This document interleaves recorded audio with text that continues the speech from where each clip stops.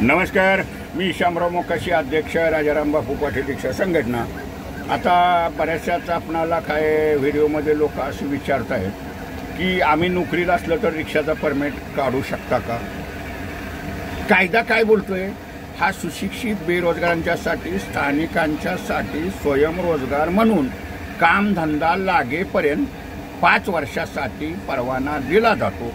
परंतु इथं लाचखोर अधिकारी आहेत, भ्रष्ट अधिकारी आहेत आणि आरटीओचं काम हे पैसा फेको तमाशा देखो ह्याच्यावरती चालत असतं। मग इथं दलालांच्या बी टोळके आहेत। मग काय आहे, परमिट काढताना तुम्हाला ऑनलाईनला 500 रुपयाची फी भरावी लागते, आधार कार्ड, पोलीस रिपोर्ट, तुमचा लायसन बिलला लागतो। आणि मग हे दलाल लोक तर काय आरटीओच्या समोर कुरीच ॲफिडेव्हिट मिळतात, तिथंच खाली नाव बिव टाकतात, मी कुठं सुद्धा नोकरीला नाही, माझं रिक्षावरतीच उदरनिर्वाह चालू आहे, मी कुणाला परवाना देणार नाही, माझी कागदपत्र काय खोटी नाहीत, खोटी असली तर माझ्यावर गुन्हा टाकावा, हे त्याच्यात लिहिलेलं असतं, त्याच्यात सही घेतात। आत्ता जर तुम्हाला सांगायचं म्हणलं तर 40% परवाने तर ते नोकरीवाल्यांचेच आहेत। 40% परवाने मग ते BST वाल्यांचे आहेत, ST वाल्यांचे आहेत, दुकानदारांचे आहेत, म्हणजे ज्यांना गरज नाही अशा लोकांच्या आहेत, हे काळ्या बाजारानं चालवायला दिले। म्हणजे शासनानं जर कायदा पाळायचं म्हणलं तर जो रिक्षावाला परवानाधारक गाडी चालवत नाही आणि दुसऱ्याला परवाना दिलाय आणि खोटी कागदपत्र त्यानं देऊन नोकरी असताना सुद्धा हे प्रतिज्ञापत्र दिलेले, अशा परवानाधारकावरती फौजदारी गुन्हा टाकून त्या गाड्या ब्लॉक कराव्या लागतील आणि यांची परमिट कॅन्सल करावी लागतील। आता बरेच लोक म्हणतात आम्हाला पार्ट टाइम रिक्षाचं परमिट काढून आम्ही नोकरीला आहे, पण कायदा हा बोलतोय आणि इथं भ्रष्टाचाराच्यामुळं रिक्षावाल्यांची मी लुटालुटू, त्यानं रिक्षावाला काही कायदा ऐकून घेत नाही आणि कायद्याप्रमाणे काय करायचं म्हणलं तर त्याला चालत नाही, ही वस्तुस्थिती आहे।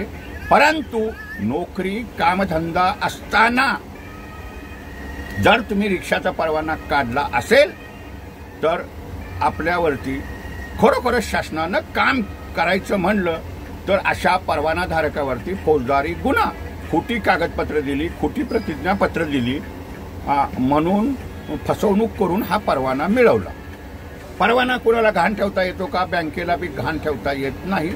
बँक त्या वाहनाला कर्ज देते आणि कर्ज दिल्यानंतर आरटीओचा त्यांचा काहीही कर्जाबद्दलचा संबंध नसतो। त्यानं बँकेचं भरू नाहीतर न भरू, बँकवाल्यानं ते कसं वसूल करायचं, कोर्टात जायचं, त्याच्यावर केस टाकायची, काय करायचं, तो बँकवाल्याचा प्रश्न आहे।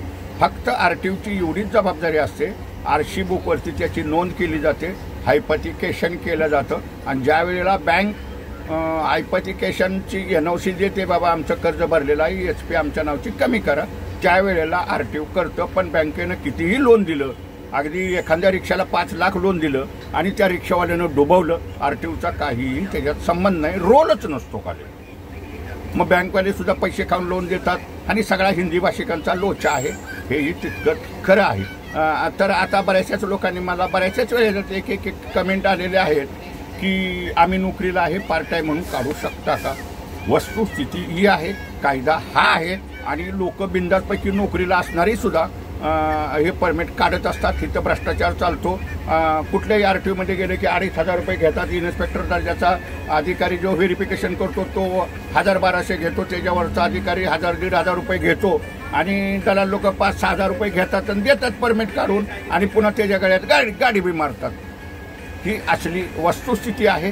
कायदा मात्र सुशिक्षित बेरोजगारांच्यासाठी, स्थानिकांच्यासाठीच हा व्यवसाय आहे, कामधंदा लागेपर्यंत। त्यासाठी 15 वर्षाचा वास्तव्याचा दाखला लागतो।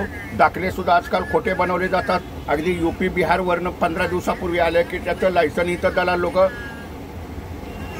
4-5 हजार रुपये घेतात, लायसनचा ॲड्रेस इकडचा करतात, आधार कार्ड ऑनलाईननं ते ट्रान्सफर होतं, झालं की आरटीओवाल्याला बी पुन्हा पैसे द्यायचं, लायसन ट्रान्सफर झालं, सगळं झालं, परमिट बी खाल्लं, खाऊन पिऊन बसले आणि वाहतूक व्यवस्थेचा घोटाळा केला। ही वस्तुस्थिती आहे। तर महाराष्ट्रातील स्थानिकांना, सुशिक्षित बेरोजगारांना मी ह्या व्हिडिओच्या माध्यमातून एवढंच सांगणार आहे, हा स्थानिकांचाच व्यवसाय आहे, हक्काचाच व्यवसाय आहे। शासन ह्याला भाडं ठरवून देतं आणि कामधंदा लागेपर्यंत तुम्ही रिक्षाचं परमिट काढू शकता. तुम्हाला जर नोकरी लागली तर ते परमिट सरकारला जमा करू शकता.